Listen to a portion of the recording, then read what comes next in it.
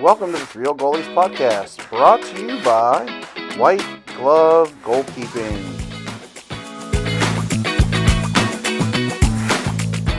Old Goalies is not intended for goalkeepers under the age of 17. Thanks again for listening to the Old Goalies with your hosts, Greg Deutsch, Pat Johnston, and Eric Vaughter.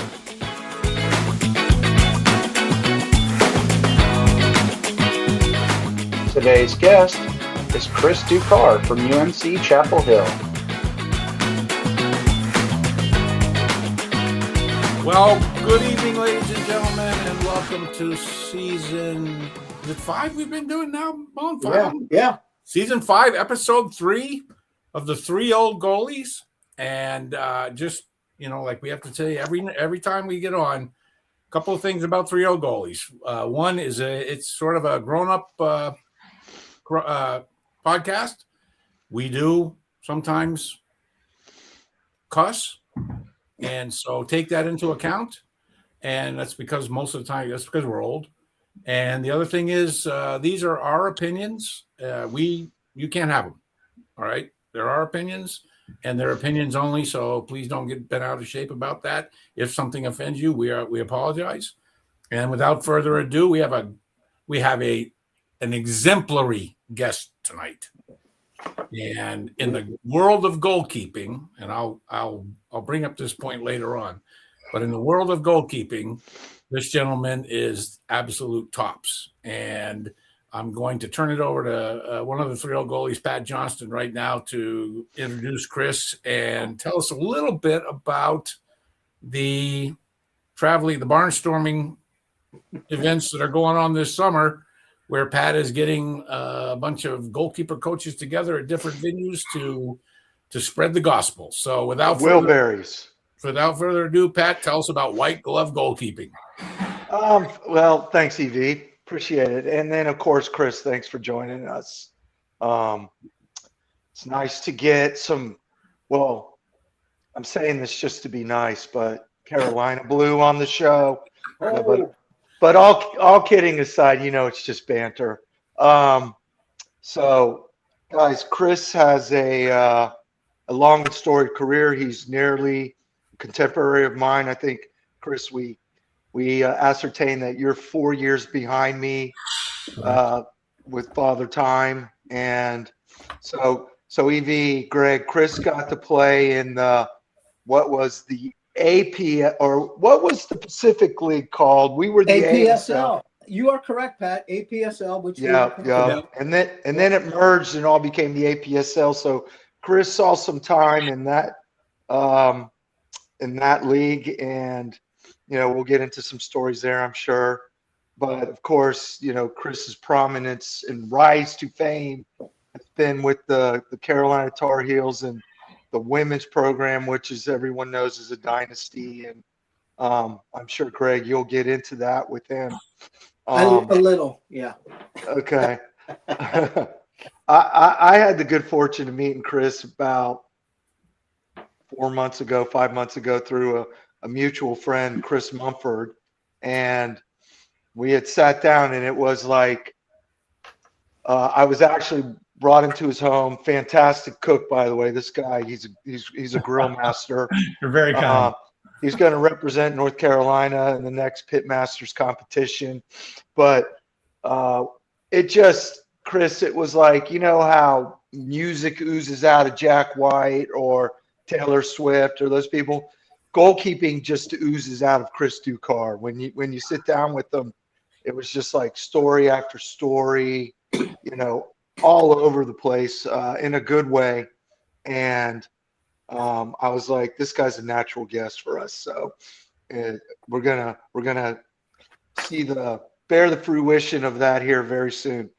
And thank you for the segue into what we're going to be doing this summer. And I definitely want Chris to be there as much as possible. He's committed to what I call the Traveling Wilburys, which is a group of goalkeeper coaches that are all headliners in their own right. We have David Lucas, who's the first team goalkeeper for Everton, Jordan Pickford's trainer, which If you didn't see the save, Oh my God. you got to see the save he made yesterday. Tonali's shot made it that much more of just an unbelievable save. But so Dave Lucas from Everton, then his partner in crime over there, Aaron Cameron, who runs the Everton U21s in the academy, both outstanding goalkeeper coaches. And then Chris, you got to meet Ian on the women's side of Everton there with the Women's Super League. So these are top flight guys over in England. Then we've got, some stellar goalkeeper coaches from the college game. I'm sure there's this guy from Duke's done camps of mine in the past. Nick Noble from West Virginia, who I think is probably, I'm going on air and saying it on the record, I think is the best American goalkeeper coach I've seen. I would love to have played for that guy in a heartbeat. So anyway, taking this show on the road, we're doing stops in Atlanta, Nashville, Raleigh-Durham area, and Washington, D.C. are my 4 confirmed stops between June 8th and June 19th, June 20th perhaps. We're working on a couple other stops perhaps, but with Chris there, Ian, we've got the women's side repped with 2 of the top goalkeeper coaches in the game. And then, of course, the Everton guys and these top college guys. I mean, I've got a staff that is the envy of any camp, I would think, So anyway, we just like to put on a good show. It's very limited. We're very selective of who comes to the camps. And then the final thing in terms of what White Glove Goalkeeping does is what I like to do with the coaches is, for instance, the English guys come over, and the first thing I do is if we're doing a camp in Florida, I take them out on a boat. We go around to the tiki bars, and, I just give them an experience they're not going to get at home.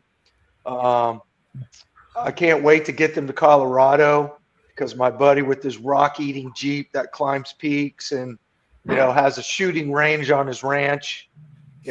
English guys don't get to do that too much in England either. So, and American guys for that matter. So anyway, it's things like that where we have a good time.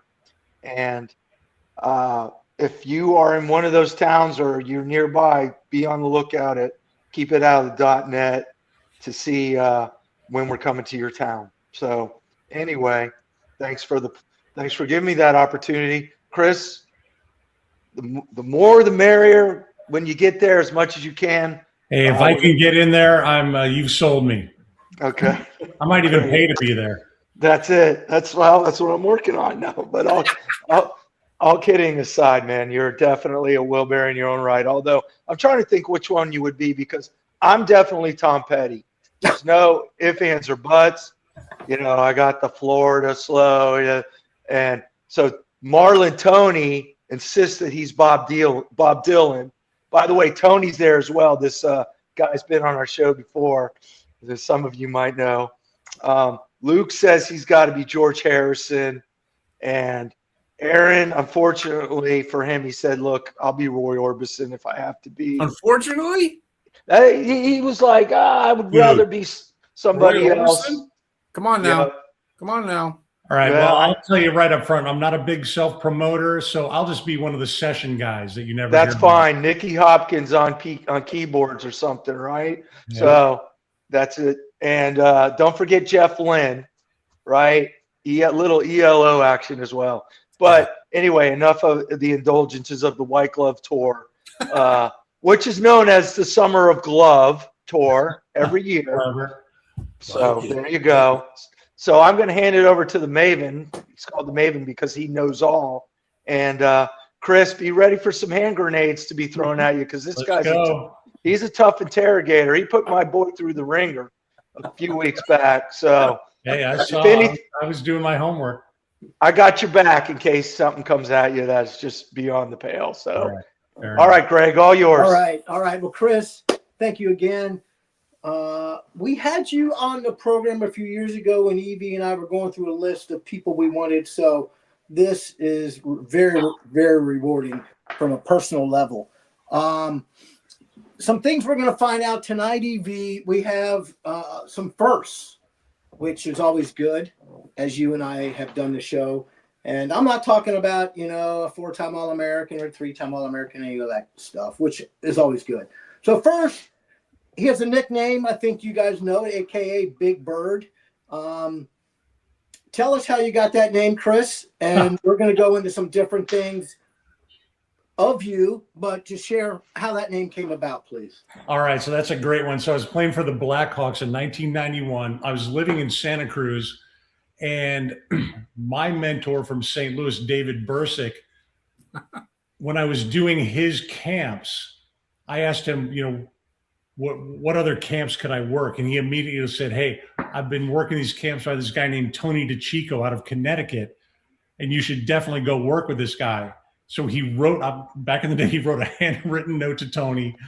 And by that time, I had moved out to California. Tony and I got in touch with one another. I happened to have a week off during the 91 season. While the other guys went home, I went and did this camp at UC Santa Cruz. And there was a guy there. Tony wasn't even there, but the director there named Bernie Watt, a.k.a. the Blue Falcon. He was working with me because we were doing some stuff with Jugs Machine, and I was just having a blast. And this guy kept trying to come up with a nickname for me. And he was going, hey, Pelican Man, hey, Stork Guy. And I finally pulled him aside. I was like, hey, Falcon, the Pelican thing, the Stork thing's not working for me. And I was wearing this Old Sport jersey, bright yellow. And to be fair, my legs are pretty skinny. So he just looks at me and goes, I call you Big Bird. And I was like, all right, I can live with Big Bird. And it stuck. And it is stuck forever. So people that know me, they just call me Bird. If I'm walking down the street and someone says Chris, I don't even hear it. So Bird and I'm in a crowd, I'll find you. So the night, Maven, the night I met Chris, I go into his house, and the guy who's our mutual friend is Chris Mumford. Okay. And then the UNC Wilmington women's coach was there. So I'm sorry, I'm just going to call you Big Bird from now on, Chris. My bad. So Big Bird, what was Chris's last name from Wilmington? What was his nickname? Ninja, right?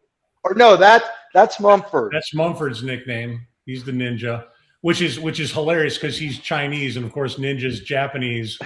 But he's just like, whatever, I go with it. And then the guy from Wilmington, Chris Neal, the Viking. The Viking. There you go. So I go into his house, and hey, I'm Pat Johnston, and I'm Chris. And I'm like, are you guys fucking with me or what? I had all three Chris's. I felt like I was in a George Foreman type of scenario where I was like, was your dad named Chris? And he named all you guys Chris or something. But and then they threw me the nicknames: Ninja, Big Bird, Viking. And I'm like, I really am sure these guys are fucking with me. But it was true. They were all these nicknames, right? Anyway. Great segue for nicknames, because he played with a teammate, and we definitely got to find out why the nickname. So hopefully you guys will enjoy this. So it was mentioned he played for the San Francisco Bay Blackhawks. His counterpart, his backup, was a gentleman named Mark, a.k.a. Doughboy.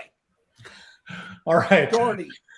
Now, I need to set something straight immediately. We haven't had him on the show, but you got to go down. I just thought that nickname was hilarious, Doughboy. So there's got to be some good story here. So I was his backup. No, I was deeper on the roster than that. It was Mark Doherty, David Vinoli, and me. And now Eric Yamamoto was part of the goalkeeping core, but they had released him to bring me on. Eric won a national championship at Santa Clara. But, yeah, I was basically shining Doughboy's boots. Yeah, he was never a backup to me. But certainly that goalkeeping core, I'm telling you, was ridiculous. Training with those guys every single day. Yeah. So how did the nickname Doughboy come about? I mean, it's not a stretch when your last name is Doherty. No big huge story, but that was an easy one. All right, so EV, let's get into some of the information about Chris. I'll give you some information about Chris. I was thinking about this today. Okay. Because I knew we were going to have him on. I'm pretty sure, and I've been thinking about, maybe I'm wrong. You guys clue me in. Chris has to be the winningest goalkeeper coach maybe in history. Wow. Okay. Because he was the goalkeeper coach at UNC Chapel Hill for what, 20 years, 24 years, Chris? Longer than that? Yeah. 26. My first year was 96. So 20, yeah. So 20, yeah. This 30 will be my years. 30th. This 30 will be years. my 30th season coming up in the fall. Yeah. So think about it. Okay. I mean, even your boys in Everton, I don't think have won that many games. No. You're right. As a goalkeeper coach, I think he's the winningest goalkeeper coach ever. Okay, I'm not going to dispute that, which is a great segue. Carolina's won 22 championships. He's been part of 10, EV, 10. He's had keepers go pro. He's had 3 first-time All-Americans, and this is what I think separates him. He's the only coach in the country who's been on our show to have coached 5 keepers on the USA national women's team. There you go. Unreal. Yeah. Unreal. 30 years at the program. He's going to get into, the 2024 championship. A lot of issues there. We're going to lead down that path here soon. He's the first, another first, EV. And you don't see this in this sport too often, and he's ahead of the time in the sport. So we know about NFL, we know about Major League Baseball, NHL, NBA, and now even college football have general managers. He is the only women general manager in the country. And it's not that it just happened. It started in 2021. So we're going to delve into what does a general manager do and all that some fun stuff. But first, let's back up because he didn't play college soccer the way we know it. He played for University of Missouri club. And then a year later, he's playing pro. He wins the national championship. The year after that, and one of our favorite things here, EV, as you know, is talking about Open Cup, right? U.S. Open Cup. Not only did he participate, the following year, he plays with San Jose Oaks and wins it. So we've got a lot of things to talk about. So, Chris, let's talk about Missouri at that time. Obviously, still no men's varsity team. Why did you play club, and how did you get into the pros so quick? Well, thanks for that question. Well, it's first of all, I clearly am naive about how everything works. So when I graduated high school, I went to 4 different high schools. My dad was a corporate executive. We moved all over the place. So sports was always my in to wherever I was going. We left Missouri my junior year to California my senior year. I was a good field player. I actually started that way. So at the high school in California, I split time, center forward and goalkeeper. Then I went to a junior college over in Cupertino. My parents moved back to Missouri because of my dad's job. I loved California so much. I was like, I'm definitely not going. So I went to De Anza Junior College over in Cupertino. This is where I was first exposed to professional coaching, professional preparation. My assistant coach, who I didn't know anything about, was a guy named Bob Rigby. Whoa. Whoa. Gosh. Whoa. Yeah. Bob Rigby, guy was an animal. He was still super fit. He was trying to, I don't know, he was killing time until he could get a job with the California Highway Patrol, or he was doing something. But none of us had experienced professional preparation. I'm telling you, this guy kicked our ass every single practice. I was in so much pain. I'm not even talking about goalkeeping. I mean, like field players, like everybody was miserable. We started with this gigantic roster, and most guys quit after about a week, 2 weeks. We started with 8 goalkeepers. We were down to 4 immediately. Had I been living at home, I might have quit. I might have bailed out. But it was like the burn the boats kind of thing. My parents were back in Missouri. It's like, I can't leave. I've got to suffer through this. So that preparation laid the groundwork for something I had never done before, is prepare physically. So I basically decided right there I was never going to be that unfit again, and I stayed true to that. Then I moved back, and I'm going to Mizzou. There was a rumor that they were going to start a D1 program, as you know, 40 years later, there's still no program. But Soccer Master was the soccer store that I went to get all my soccer videos, and that store happened to be owned by the Bursick family, and David Bursick was finishing his career and taking over the store. And I, believe it or not, Evie, you're going to love this one. I took his camp as like an 18-year-old. So he was doing a day camp at St. Louis Soccer Park. I signed up as a camper. So I'm like training with like 11 and 12-year-olds. I didn't care. Yeah. I wanted the knowledge. I sucked up everything that this guy was selling. So after the first week, he comes up to me. He's like, dude, what are you doing? He's like, you're going to be on my staff. So he gets me on his staff. And that was probably the worst thing he could have ever done, because I nagged and bugged him to train me. And he never said no. He trained me before. The only time he said no was midday in St. Louis summer heat. He's like, dude, just go hang in the locker room and watch the videos. Yeah. But he trained me before the sessions and after the sessions, and I never forgot that. So we started to build a little bit of a bond. And getting closer to my senior year, toward the end of one of the summers, I said, hey, Dave, I want to keep playing after college. I don't really know where there's a place to play for me. I know I'm not as good as these other guys. Now, as a St. Louis University goalkeeper, Evansville, all the big time St. Louis area guys, all the D1 players. And he paid me one of the greatest compliments I've ever been paid. He's like, you're right, Chris, you're not better. No, you're not as good as those guys. You're better. He goes, as a matter of fact, I'm going to call my GM from San Diego Sockers. He's now in San Francisco. And I'm going to call him and I'm going to say, hey, you've never heard of this guy. He didn't play D1, but this is someone you need to take a look at. And no joke, he did. I moved out to the Bay Area with like $200 in my pocket. I played 1 year in the amateur league, which was very high level. So fortunate to be on a good team. It was actually Dominic Kinnear's brother's team. And so we win the league. The team votes me MVP. In the Blackhawks preseason in '91, it was probably the first week of training, my team Inter played against them in a scrimmage. This is the dream, guys. I played that game. I made every save in the book. I invented a couple, and I was on the Blackhawks 1 week later. What a story. It's crazy. That's why I tell you, I'm so naive. Like I had no business even being in that position. Hey, Chris, when you trained with Bob Rigby, did he have all his teeth in at the time? Or well, he obviously had a great dentist. He was fabulous. I remember him not playing without front teeth and stuff. He was one of those looked like a hockey player kind of guy. He was a hard ass. I'm not gonna lie. He trained Navy SEALs. I needed that. Trust me, I needed that.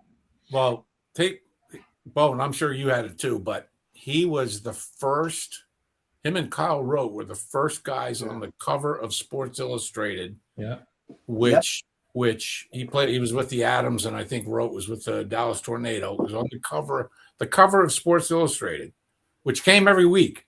Yeah. And I can tell you that cover was immediately ripped off and put in my dorm room or wherever the hell I was. So great. Because I was like, damn, that's a goalkeeper. They put a goalkeeper on the cover. And, as you know, Bone, back then, we didn't. I mean, never mind a soccer player. Yeah, I've said it many times. Hank's job and Ralph Lundy's job and those guys who coached us, their job was to teach us the game of soccer. They couldn't. I mean, Hank tried to be a goalkeeper coach, but it didn't work. But it just like if anything you could get your hands on back then of soccer, you worshipped it. And I remember tearing that thing off and sticking it in my dorm room at Warren Wilson College. Like Bob Rigby, that guy's great, and so that's classic. That is classic.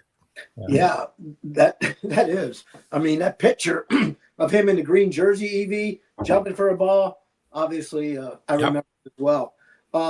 So you last with San Francisco, the Blackhawks for a year. How does San Jose Oaks come into it?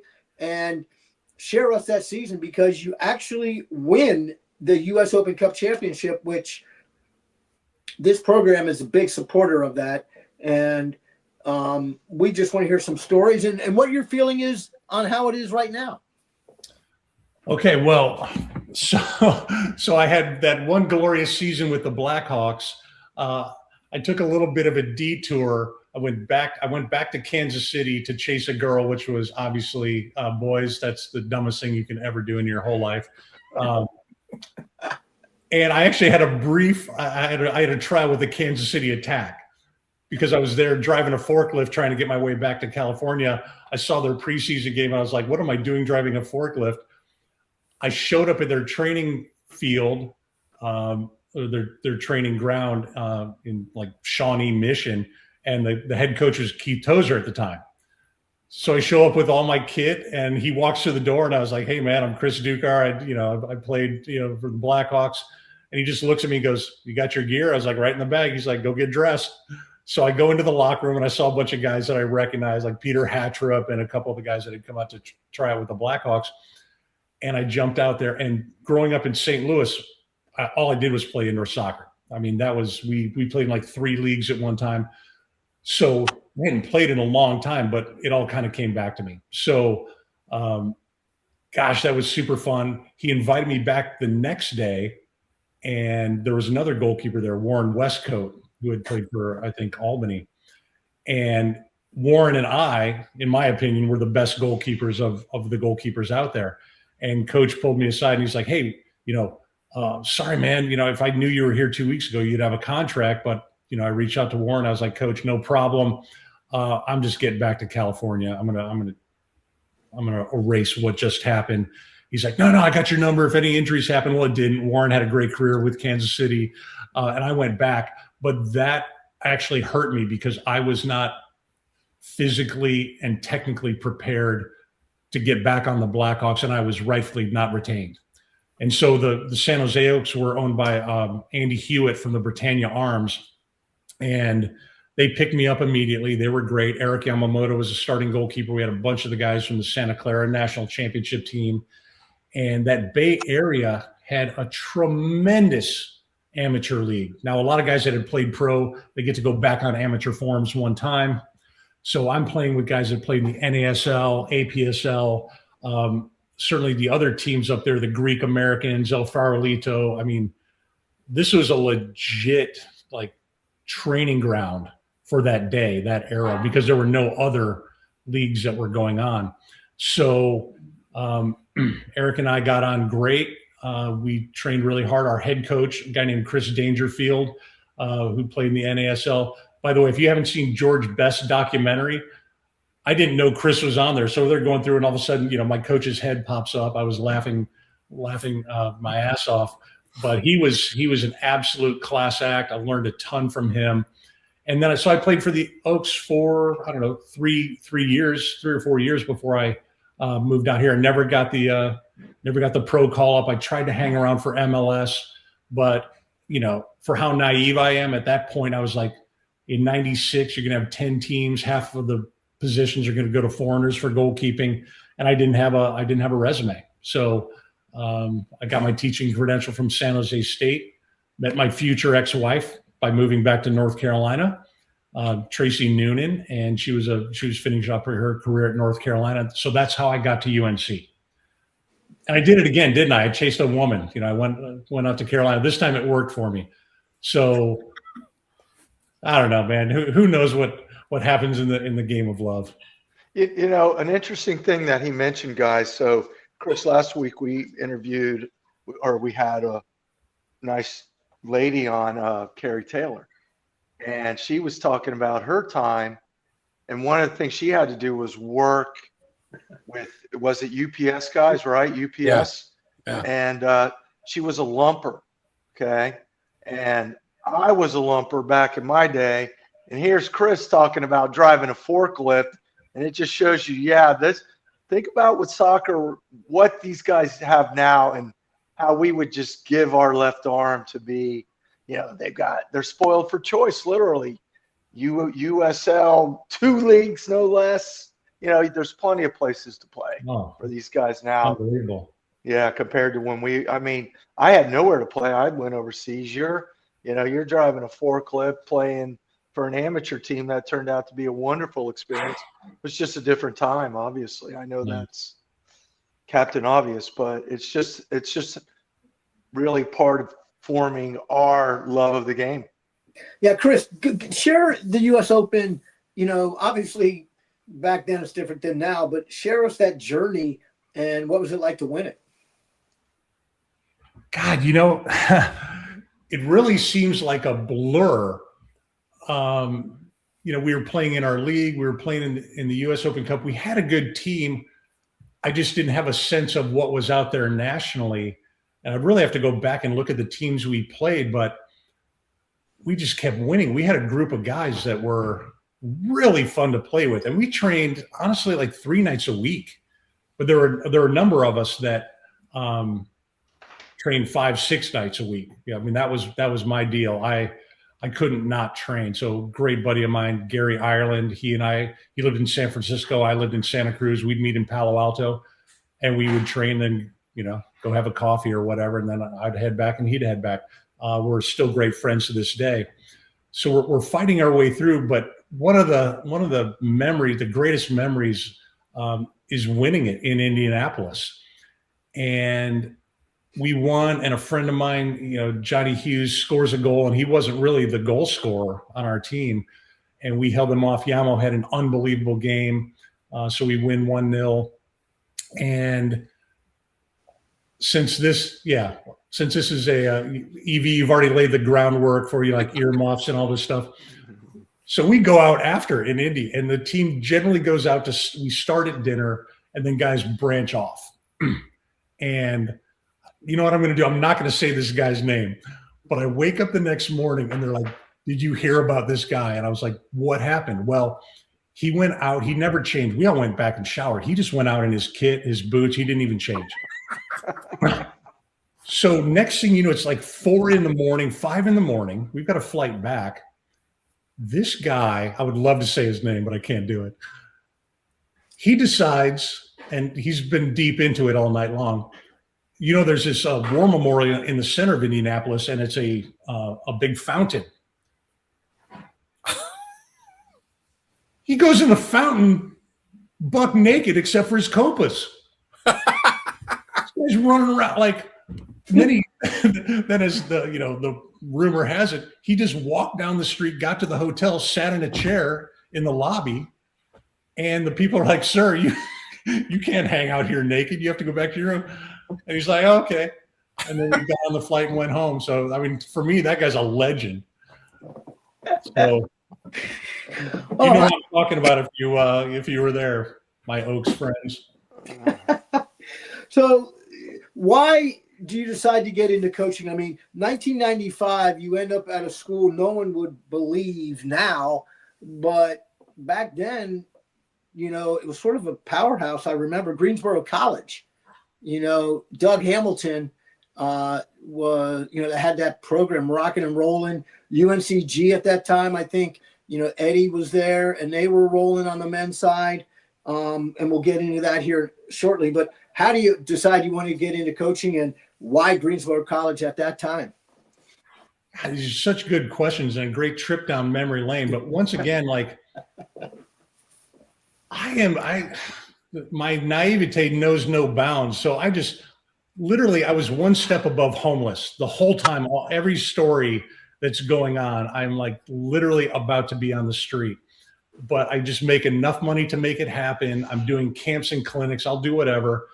I moved back in 95, and it was actually Bill Steffen, the great Dr. Bill Steffen, yep, who was coaching for the men and the women at UNCG and at UNC Chapel Hill.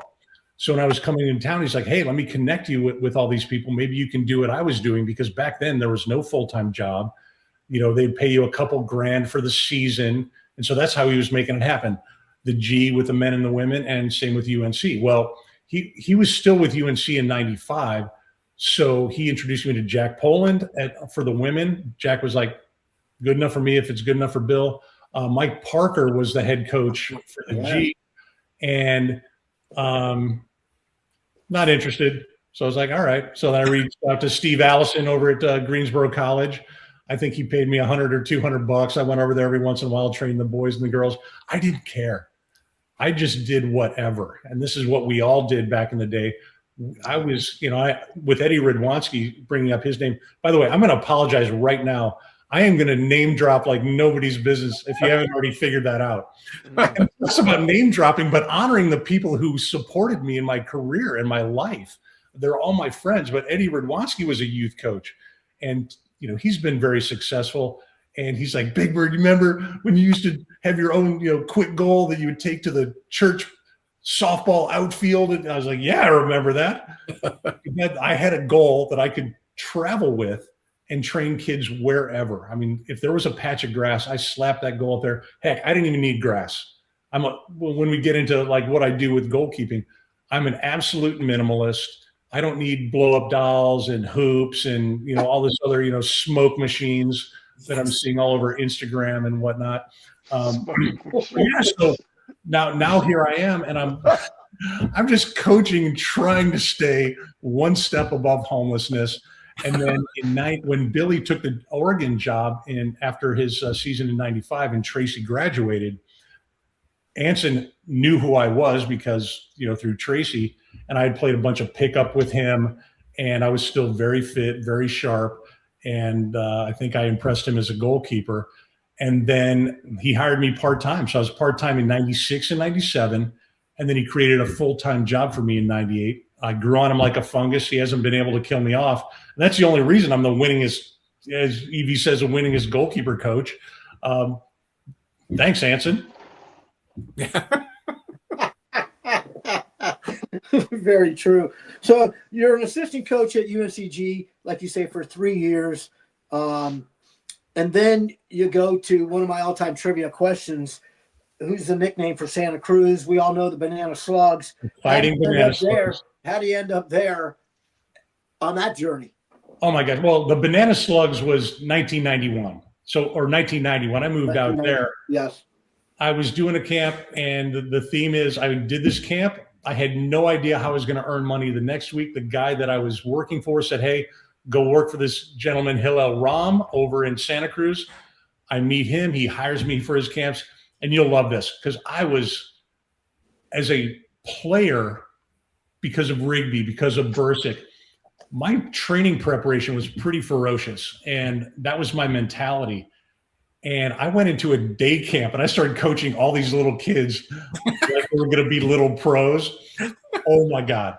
Because I did a demo. I did this demo at camp. There's hundreds of kids. And there was a very popular Santa Cruz player named Shorty Magana. So Shorty's going to do all this shooting on me and I'm going to do my thing. It's a big camp demo. And I was hard to beat. And at the end, and it was very entertaining. Shorty was doing a great job. And at the end, Hillel goes, how many people want to be a goalkeeper? Like half of the camp, like 100 kids put their hands up in the air. So he's like, no. Like, how many really want to be goalkeepers? So I get this group, and I am training them to death, and he had to pull me aside. He's like, man, this is a day camp. I'm like, all right. I'll try to tone it down. Love that. Love the Banana Slug story. So, you've been obviously in California, Greensboro, Carolina. You are the former national director for Soccer Plus Goalkeeper School with Tony DiCicco and Dan Gaspar. You've mentioned, some mentors in Bobby Rigby, David Bursick. How does Tony DiCicco become one of your mentors? Well, that's because of Dave Bursick. David wrote that letter because he had worked a couple of Tony's camps and he really enjoyed it.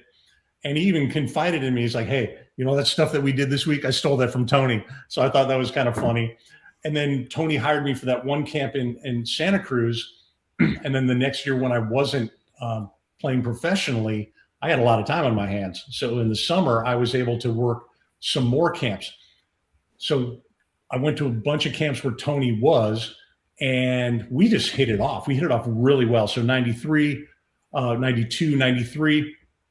Funny story, in 94, I'm at the UC Santa Cruz camp running it. Tony is Anson's goalkeeper coach for the full national team, and they're in Italy for a tournament. Well, during the week, the trainer that was working with us came down, and she's like, "Hey, Big Bird, Uncle Tony's on the phone." Back then, there were no cell phones; it was the hall phone.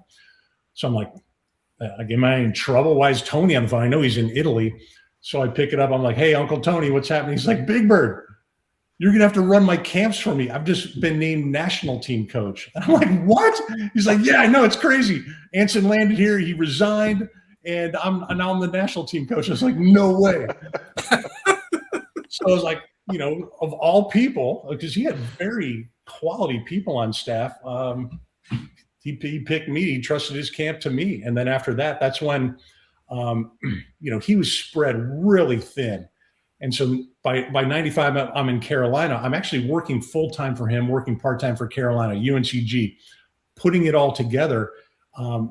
But I took that very seriously as his national director, because I saw a lot of stuff that he was doing logistically that was costing him a lot of money. So I streamlined his staff hiring, which, by the way, I love. The staff that we put together was fantastic.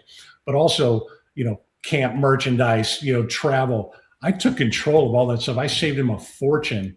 And then I did that until probably 1997 might have been my last summer with him. When I was made full-time in 98 with Carolina, I just committed to that and working the Carolina camps. Yeah, so let's talk a little bit about, Carolina and this job, the general manager. It started in 2021. And like I said, it was even before college football sort of named it the cool thing today. Where do you see the separation of the general manager and assistant coach responsibilities?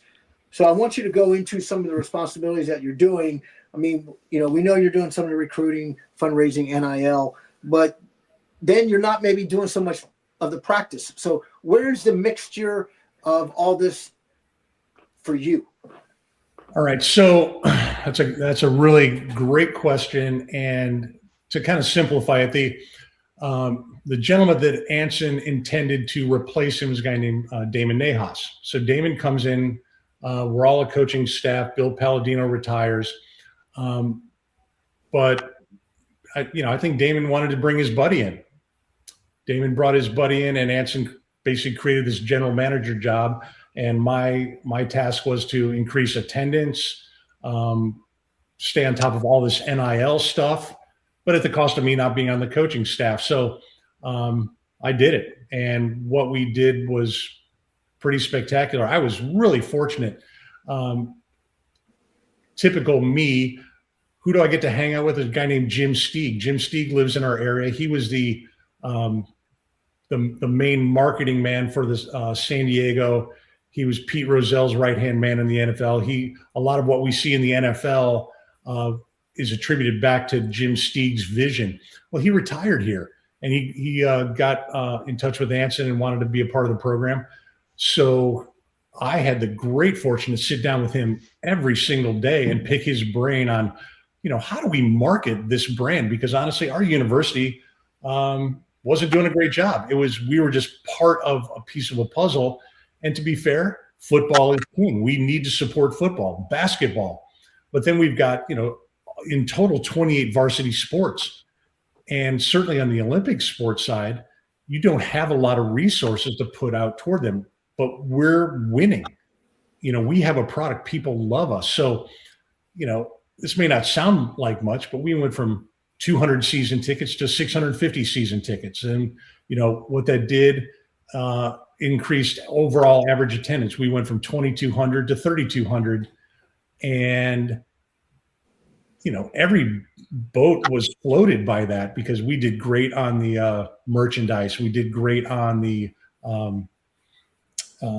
concessions. But the hard part was I didn't have a lot of authority because every branch had their own hierarchy, and I wasn't plugged in. I had a title that I had no authority.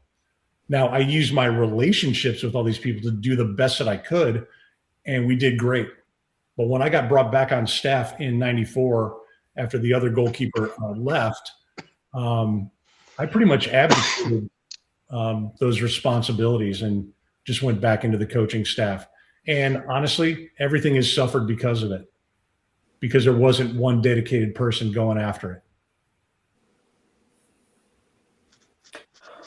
So it's interesting you mentioned attendance. So last year you were shy under about 20,000. You averaged almost 2,000. How do you feel about that number, and how do you feel some of the ways to actually grow that number? And what I should share with people, these games weren't always at 7:00 at night. I mean, you're playing games at noon, you're playing games at 1, and you're still attracting some, I think, very, very high quality numbers. You have one game, where you hit over 3,700. So with a lot of options for everyone to go, how do you feel about this number? And again, what's the future of it? Well, that was always the big challenge. Anson he's a blue sky guy. I want to sell out the Dorrance every single time. I'm like, okay, that's a great goal. But let's live in reality. We play a lot on Thursday nights. So if you're playing on a Thursday night, you eliminate a lot of the youth players that are training, and you're certainly going to eliminate the younger youth players. And it's past their bedtime. They've got school the next day. And then on a Sunday, you may gain all those kids back, but then you lose a ton of students because they're hungover or they went home for the weekend or whatever. And it's hot. If it's hot and humid, that's hard to get people out, except for the diehard. But we were doing it. When I was in control of that stuff and driving it, I worked very hard to do, promotions that were outside. And our athletic director at the time, he was very gracious in bumping up our marketing budget. And we did some cool stuff. Mia Hamm bobblehead doll, Heather O'Reilly bobblehead doll. Those were big things. We increased like the things that we did for students. And so, like I said, once there wasn't a person driving that, unless that's someone's passion within the athletic department, it's going to be dropped down to the 2,000. The 2,000 number is going to be average. The other thing that I was disappointed in is when I got back on staff, I worked so hard because my goal is to get like 1,000 season tickets. And we're not talking huge money here. I mean, if you sell, a season ticket package with 9 games at $10 a piece, families can afford that. That's a great value. But our ticket office decided that unless it was men's basketball, women's basketball, or football, they weren't going to sell season tickets anymore. And I think that really, really hurt a lot of the people that just loved buying season tickets, saying they were season ticket holders. They had done it for years and years and years. So they didn't consult me. That was certainly out of my control. And I think that hurt. I think that hurt the bottom line. So I don't know what to say about that. Yeah. Let's talk about recruiting, because it seems to me, 9 out of 10 girls, hey, what's your dream school? I want to play for Carolina. I'm sure EV would agree. I'm sure Pat would agree. And I can't even imagine how many emails and videos you guys get. Talk about the challenges of that. And obviously back in the day, I feel you had the upper hand. Now it's a little bit, tougher and challenging. And we'll get into the 2024 season here in a second. But explain that, and how you keep ending up in the top 10 as far as, your recruiting classes are always ranked in the top 10. So go into, a little bit about this. Yeah. Number 19. Hilarious. All right. So recruiting. Yeah. I was in charge of recruiting. Anson's line in 1998, when he hired me, was, I've got the funds for my first full-time assistant coach. Bill Palladino, his longtime assistant and close friend, was always paid by camp. So I was going to be dedicated, and his line was hilarious because he just looked me right in the eye. He's like, your job is to make sure my handicap goes down. Because he was sick of traveling, and he should have been. I mean, God, he's coaching the men and the women and the women's national team, and he was done with it. He was missing his kids grow up. So I took that very seriously. And, basically from 1998 until probably the last recruiting class that I brought in was that group that probably the 2019 class that lost to Stanford in penalty kicks. It was, 0-0 double overtime. Claudia Dickey stood on her head. It was spectacular. Scores a penalty, saves one. We lost in the 6th round. That group, including Alessia Russo, Lata Wubben-Moy, Brianna Pinto, those are all the kids that I recruited. And so once Anson brought Damon on and he got his feet wet, Anson basically turned over all recruiting to him. And certainly things were changing. Things were changing because one of the paradigms I shifted back in the day was we were doing it the way everyone else was doing it. Senior year, 5 visits. And after a couple of years, I'm like, why are we doing it the way everyone else is doing it? And so what I did is I said, hey, Anson, why don't we make the unofficial visit in the spring the new official visit? So it worked out incredibly well. We pick off Tarpley, Kalupny, Kendall Fletcher, Casey White. And I talk about some great compliments. Years later, I got on the phone with Randy Waldrum, and we were talking about some recruiting legislation. And after we got done talking, he's like, Big Bird, I used to hate your guts. And I laughed, and I was like, Randy, why is that? He's like, well, you kept beating me out on all these recruits, and I was sure that you were cheating until I really analyzed what you did. I took my emotion out of it, and then I started doing it. So the pendulum swings. Now, 10 years into it, I'm at these fields. I see a player that makes me look at the profile, recruited to Rutgers, I was like, oh my God, I'm not even going to get a shot at these kids. I'm North Carolina, and the sophomore is already committed. So yeah, I created that nightmare. And then they changed all the legislation. But it was also hard because I was pretty much out until Damon came on board. I was pretty much on the road on my own because Anson didn't want to travel. Dino didn't travel that much. But I didn't care. I would grind it out. I would talk to every club coach that I could. I would find out who the best players were, try and build the relationships with the families. But where it got really hard is when it was like you're managing 3 classes, 3 age groups. It was getting overwhelming. So Anson brought Damon on. He was a youth national team coach. I was actually, just from a recruiting standpoint alone, was brilliant. And obviously Damon's roots were in youth soccer, so he was super plugged in. And so pretty much after that group in, we'll say 2020, COVID was basically the last of them because the English kids had to go back during COVID because we couldn't guarantee they were going to have a national championship season. And then Damon started really putting the recruiting classes together. But one of my favorite things in my time is to not have a top 10 recruiting class and win national championships. That was super fun because I've never been one of these people that, they're not on the youth national team, so I'm not going to look at them. No, I use my own eyes and knowledge of what it takes to play at our level. And we didn't win them all, and certainly made, had many L's, but the wins were more than the losses.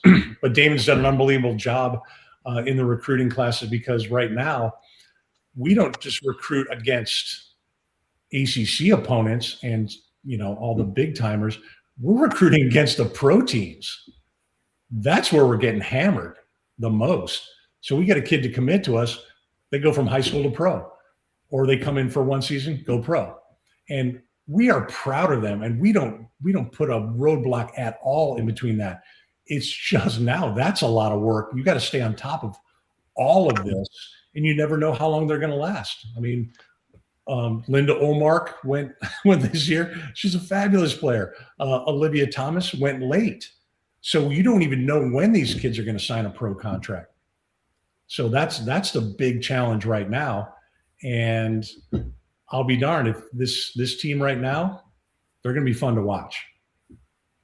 Yeah, prior to this show, you and I talked a little bit about what you just alluded to on, the kids telling you, hey, I may want to go pro, or I can take this NIL money for $25,000. You guys can't pay me. And go into that story a little bit, because at the end you say, hey, but if you stay, you could be worth X, Y, Z. And I'd rather you tell the story than me on if you hang on, what you feel the selling point, or at least one of the selling points of, staying and playing for Carolina would be. Yeah. I mean, with anything, especially when there's money involved, if you don't have the money, you've got to figure out a way to still get what you want. Right now, we're not flush with NIL money like some of these other schools are. The numbers I'm hearing being thrown around is pretty significant. And if I was a parent, I would have to seriously look at that. Now, obviously, we've got full rides that we throw out and cost of attendance. But we're talking money on top of that. And so if a kid goes to, say, a school that hasn't had the success that we've had, or success of some of the ACC schools, but they're getting, say, $25,000 on top of everything. So that's, you stay for 4 years, it's $100,000. That's real money. But I guess what we would share with them is, look, right now, we don't have this money to give you, but we're going to put you in an environment where you are going to develop, where you are going to harden. You're going to be prepared to step into a role in 1 to 3 years. That could take 4, but in 1 to 3 years, and your stock will go through the roof. I don't say it will. It has the potential to. You can't guarantee anything. So it's that crazy marshmallow test, right? Do you want 1 marshmallow now, or can you wait a little while and you're going to have 4 marshmallows? So the contracts our kids are signing right now, they are significant. They're life-changing 5-year guaranteed contracts for X number of money, plus their, what they're doing with their sponsors and, Instagram and all that stuff. It is real money. And unfortunately, there's also stories of the kids that take the money up front. They go to a program that, I'm not trying to knock anybody, but it's hard to develop these future pros. And part of why I was way behind, even though I was fortunate enough to make a pro team, I was behind because I didn't have a pedigree. I didn't play at Indiana. I didn't play at St. Louis. I didn't play for Santa Clara or UCLA. Could I have? I believe I had the athletic ability. I just never was on that track. I didn't play club soccer. I played multiple sports. But it cost me. It cost me in the long run because athletically, technically, tactically, I had the ability, but I was way behind psychologically. And I think that's the biggest thing with these kids is come in here, prove yourself at North Carolina, prove yourself in the ACC, get into the postseason. That's where these pro teams are going to see you because they are hunting all the best players. And if I'm a pro team, I'm taking a 3-year collegiate player that played at North Carolina, maybe over a high school kid. Now, obviously, there's other mitigating circumstances. I'm not a GM of a pro club, but show me you can do it at Carolina, and then you can write your own ticket. Yeah. Let's talk about the 24 season here, Chris. I mean, this is Anson, resigns a week before training preseason. Did it catch you by surprise? What did he communicate with you? And just take us on this journey of, what started out as like, oh my gosh, what the hell we're going to do. And some of the issues that you had to deal with some of these keepers and the mentality or lack of mentality to winning the whole damn thing. Yeah, that was, that caught a lot of people off guard. Did it catch you off guard?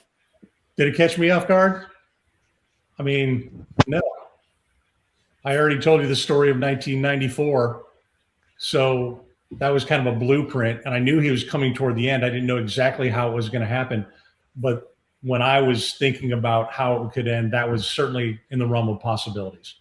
So going into the season, a couple of things happened. After that 23 season, there were a bunch of kids that went into the portal, a bunch of kids that went pro. And I got brought back on late December onto the coaching staff because that goalkeeper coach went back to where he came from. And then one of the kids that could have done her senior year, she decided to go pro. A kid that I had recruited that didn't get much playing time, she went in the portal. So in the spring, no goalkeepers to train. I actually had one, but she was working.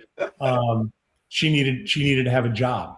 So they worked out a deal with her that she would come to training maybe once a week, but definitely for our 5 spring games. So guys, at practice, it was kind of brutal. I'd get 5,000 steps in, walking around, talking to the other kids, doing a little coaching. But that was unlike anything I'd ever had before, because the pipeline that I had built my whole career, the only time I was ever introduced to my goalkeepers the first time was in 1996 when I met Siri Molnix as a sophomore. And every time after that, I had a mentor-mentee pipeline built up, and it was spectacular because I didn't have to explain myself. I didn't have to. It was already done. Either they came to my camps and they knew what my standards and philosophies were, or it didn't take them long in preseason to figure out what the hell was going on. And I would obviously always spend more time with my younger goalkeepers. But by the time you become a junior and senior, what I tell my kids is like, if after like a year or two, I'm telling you the same thing, you're not improving, So I would feel like my coaching changes for my more senior players because it becomes really a lot more targeted, a lot more brief. I keep them sharp. I want to keep them mentally happy, and give them the game feedback that they need, and just be honest. So when I went into the 2024 preseason, I'm basically meeting my goalkeepers for the first time. And, here I am. Okay, I've produced and worked with significantly 5 goalkeepers that have played for the full national team. Claudia Dickey now being, the most recent. She's spectacular for Seattle, and she's really worked hard to put herself in this position. But now I have a kid from Brown named Claire Gagne, who I watched some of her clips and seemed okay. Had a kid from Germany come in. There was another kid from Yale who, by the time she committed, she'd torn her ACL. And then the other young goalkeeper who had to work all spring. So now I'm coming in here going, all right, what are we going to do? And by the way, guys, I would have lost everything. If you would have told me that we were going to win the national championship, if you told me anything that happened during the season, Kate Fossey was going to be National Player of the Year, on down the line, I would have lost it all, because it didn't make any sense to lose that many players, bring in kids that were basically going to have to start as high school seniors for a collegiate team. So I started working with my goalkeepers, and it becomes apparent that there's a dissonance, there's a disconnect, because I'm trying to set things up one way. They keep saying, oh, can we do this? We want to do this. We want to do this. And I'm pretty open-minded as a coach. I'm like, all right, let me see your thing. So they do their thing, and I think it's ridiculous. So because what I know is happening is, before I even get into this stuff, I see what's happening in goalkeeping coaching and goalkeeper training. And I'm not a huge fan, because everyone now is putting on a performance. It's not particularly related to the game, what the goalkeepers are going to face. It's circus training, training, diving through hoops and shuffling around things. And I alluded to, the blow up dolls and this, that, and the other thing. And there's a lot of accoutrement around this. But when I'm watching, YouTube or whatever, the goalkeeping, nobody's catching the ball. Nobody's doing like the simple thing. Everything has to be extravagant and super flashy. And that's not what I stand for. It's not what David Bursick stood for. It's not what Tony stood for. And like I said, I'm a very simple person, because Bursick's philosophy was simple, safe, solid.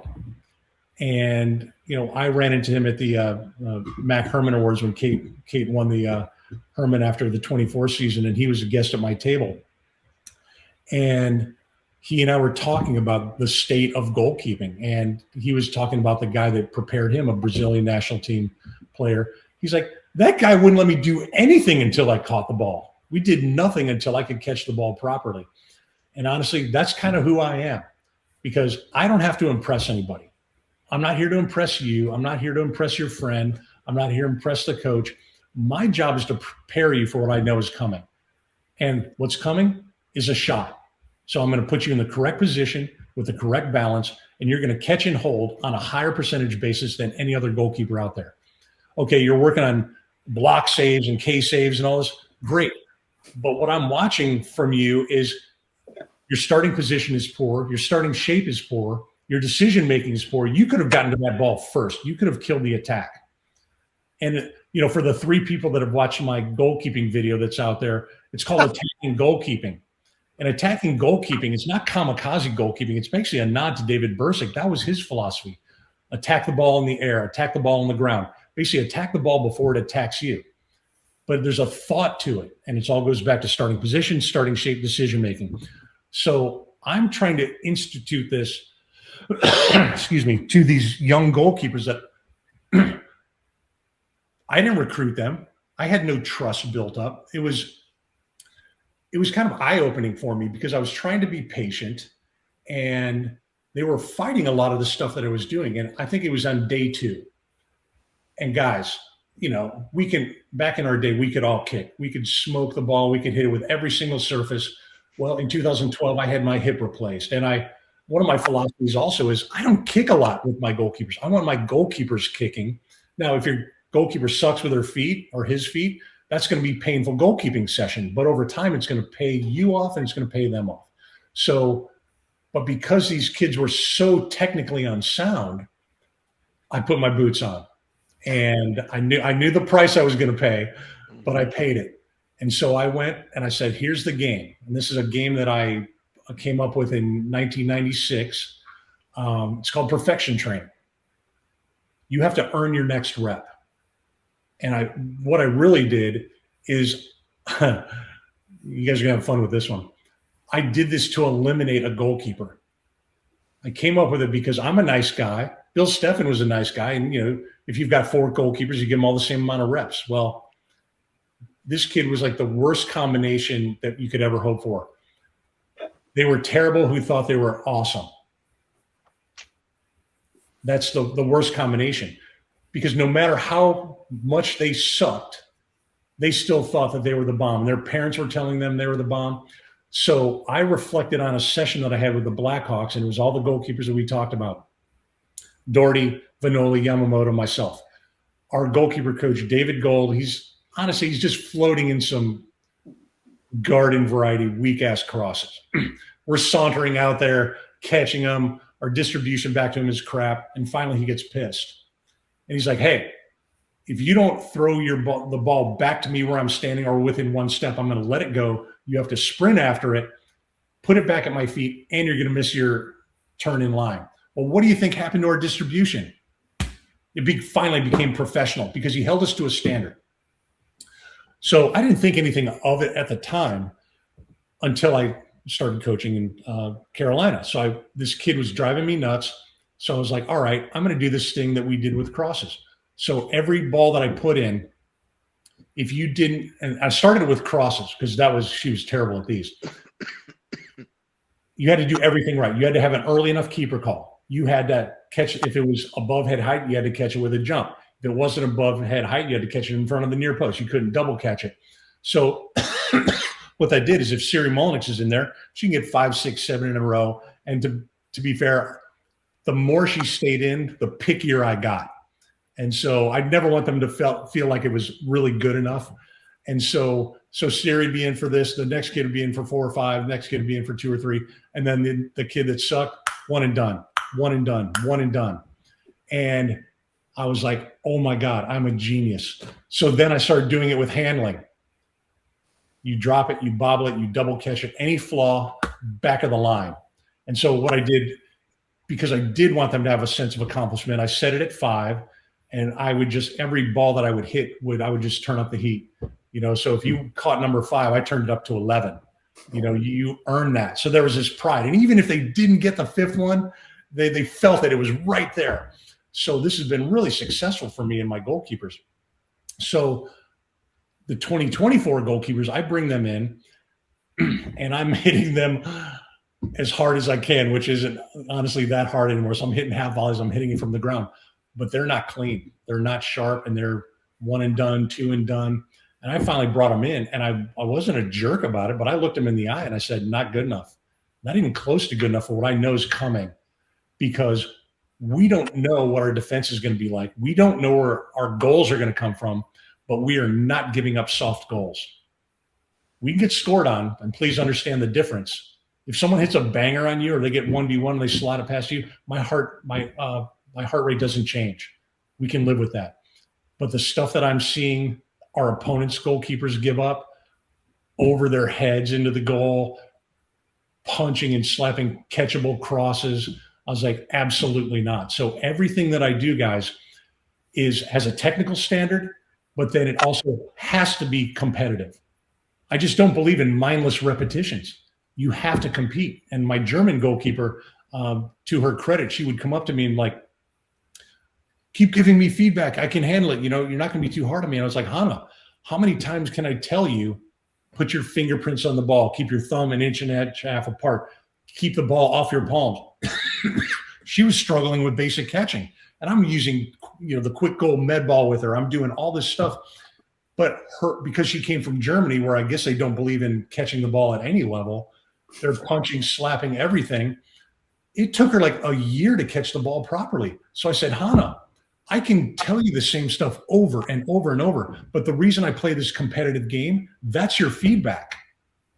That's your feedback. Did you win? Cool. Did you lose? Did you get smoked? Well, why? Well, probably because you were punished for dropping the ball and you had to go back further away. You're rewarded for catching it if you're off your line. Now you have an advantage. So these are all the things that I put them through. And I'm telling you guys, it was a struggle. And because I don't complicate things, I keep it simple because I look at the game. Through balls. Like, why make those complicated? It's a ball that's played through. And from your starting position, starting shape, and your decision making, okay, let's recreate those moments. It could be from a combination. It could be from a through ball. It could be from an early serve. So just in goalkeeping alone, I would set up those environments. And to Claire's credit, it took her about 9 games, and she started to really perform. And I paid her what I thought was a high compliment.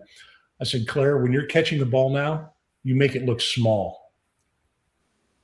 And I meant it. I meant everything, because now she was catching crosses. She was getting hit and catching crosses, landing on the ground. And how did she learn how to do that? Because she did it every week in training, because she had to compete to win the game. And I wouldn't stand for it. You didn't get points for tipping it or punching it. Because guess what? Everybody's doing that. How are you going to separate yourself? Catch the ball, get possession, don't give up possession and position. And so, to her credit, she was a massive part of why we won that national championship. And she did what no goalkeeper in Carolina had ever done. She won the defensive MVP award for the NCAA tournament. We allowed 1 goal. And I still would have lost all my money, because I never would have put money on us, knowing that I'd never met my goalkeepers or how many kids transferred. So that just tells you what I know about anything. Wow. What a story. What a story. Evie, you want to throw in anything here? Pat, you want to throw in anything here? Go ahead, Pat. Yeah. Are there really smoke machines? Yes. Holy shit. I'm not lying. I saw that one time. So I try not to overload my goalkeepers, because I'm on the Instagram and I want to send them really good stuff, right? Things that I think, like, certainly the minute the Pickford save happened, that was sent to them immediately. I was like, that's how a goalkeeper can to decide a game. That was spectacular. But I also love to send them funny stuff, but I don't want to overload them. I wish I would have saved the smoke bomb thing.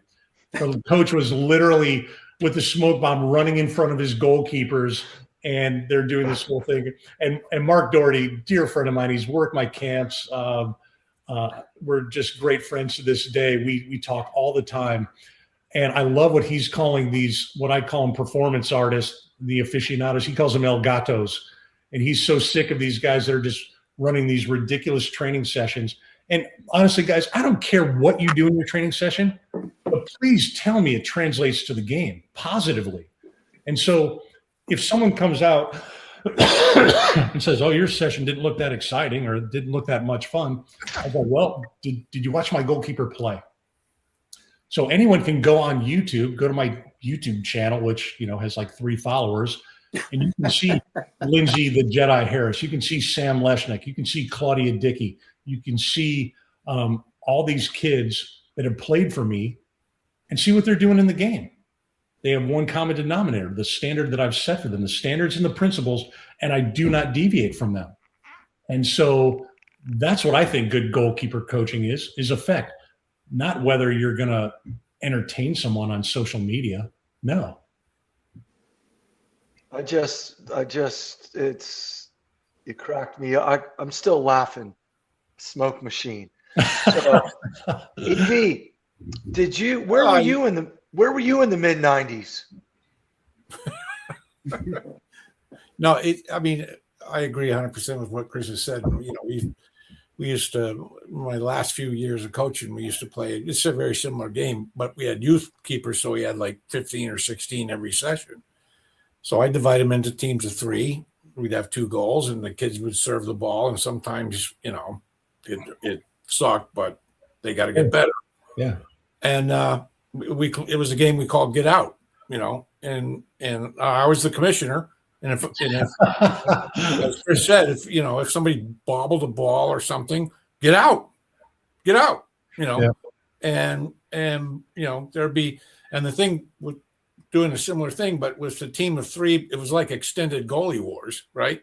Oh, have right. 3 attackers, 3, you know, and there's a team of 3 in there, or a team of 4, whatever it is, and you know, they're in there for one session, and then all the kids are getting pissed off at the goalkeeper or whoever's in goal because, you know, they didn't catch a cross cleanly, or they didn't catch a shot cleanly. And it's the same thing. It's like put them under pressure to do their job. Mm-hmm. Right. Yeah. You know, because it's a, as I said last week, it's a pretty simple job. Right? Well, and you know, I do want to kind of expound on the stuff that we're talking, because we're just talking about what we're doing with our goalkeepers before they get with the team. So I know that I can lay a foundation that my goalkeepers, when they go in with the team, they're going to do very well. But this is critical. Goalkeepers have to be in decision-making environments. The fact that these guys think that they can create goalkeepers in a bubble by just doing monkey drills, it's not happening. No.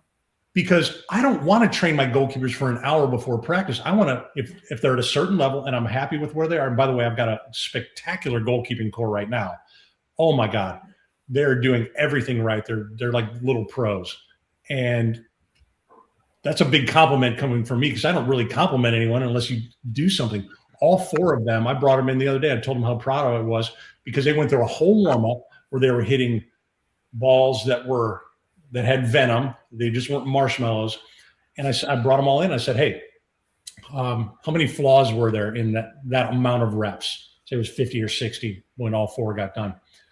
And they kind of looked at me, because they almost didn't want to answer, because they were like, like, did we do something wrong? And they're like, 2. I was like, you're right. There were 2 flaws in all of that. I was like, that's what it is. That's what we're going to take into the team. That's your warm up. That's your mental preparation.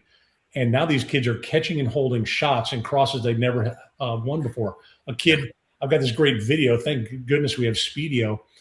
My one kid, remember I said the kid that had to work all spring? She played significant minutes for us last year and did a great job, named Abby Gundry. She had never won a crossing game because she's a little bit shorter. She won a crossing game the other day, and she ripped them down. And her little celebration that I saw on video, because I was cheering her on, but the way she celebrated was priceless. And you, as a coach, that's what you're looking for. It's not ordinary. It's exceptional.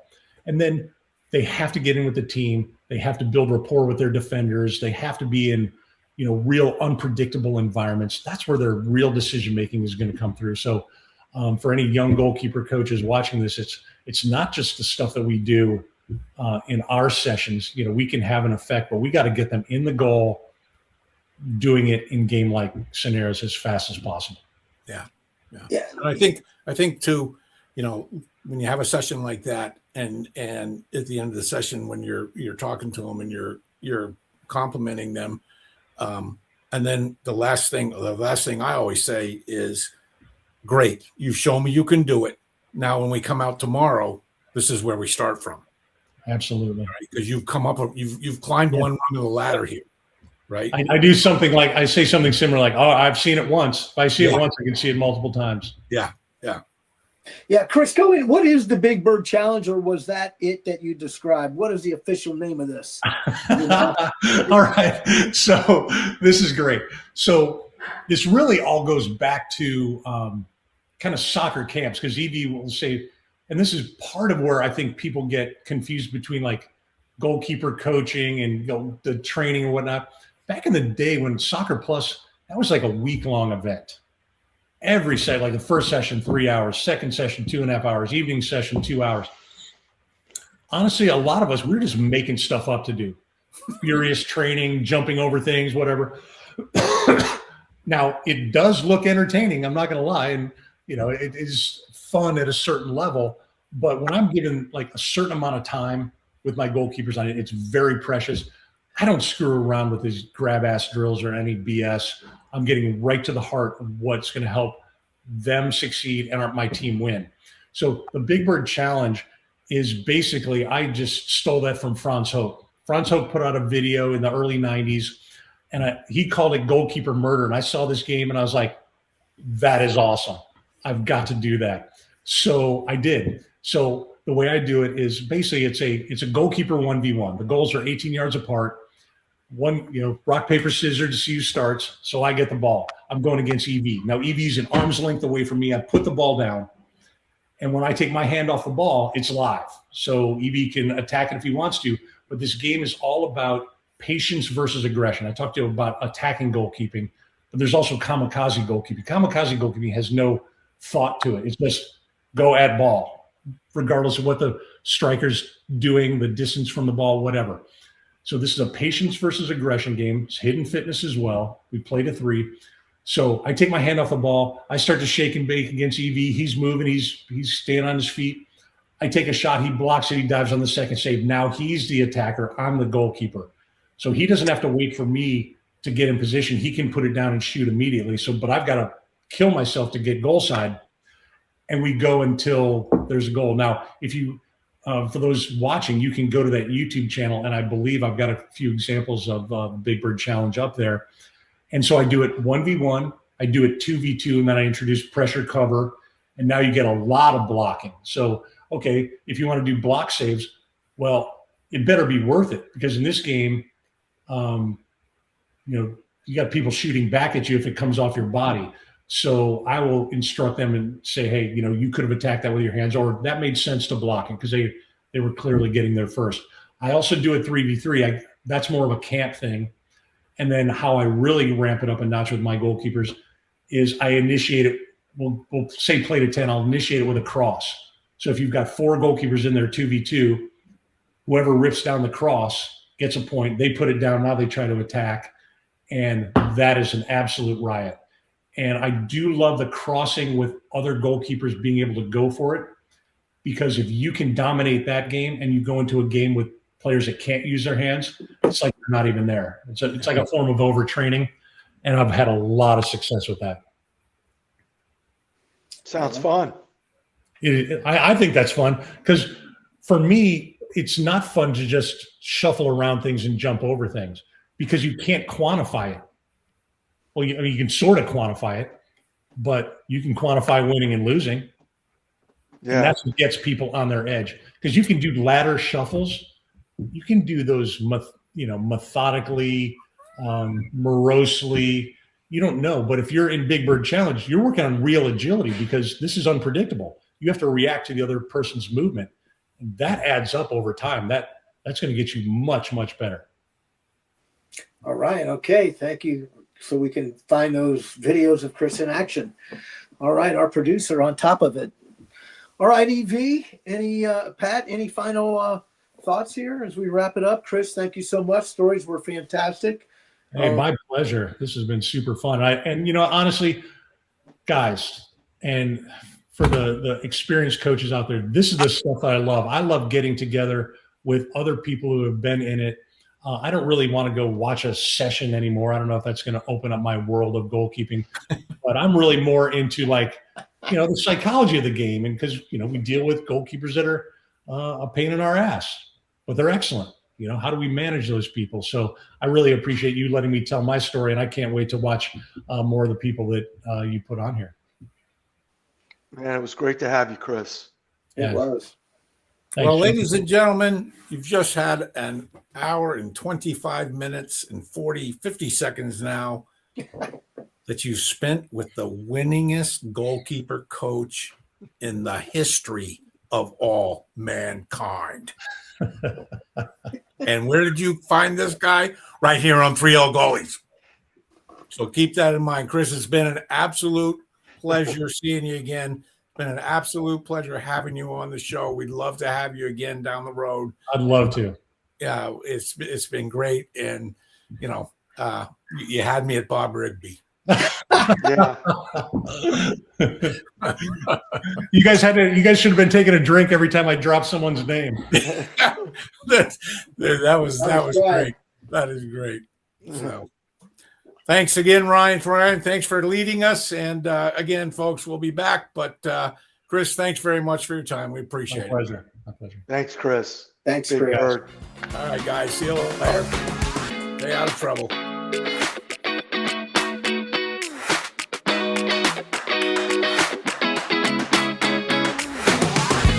Thank you for watching and listening to the 3 Old Goalies Podcast. Be sure to subscribe on your favorite podcast platform. Follow us on social media.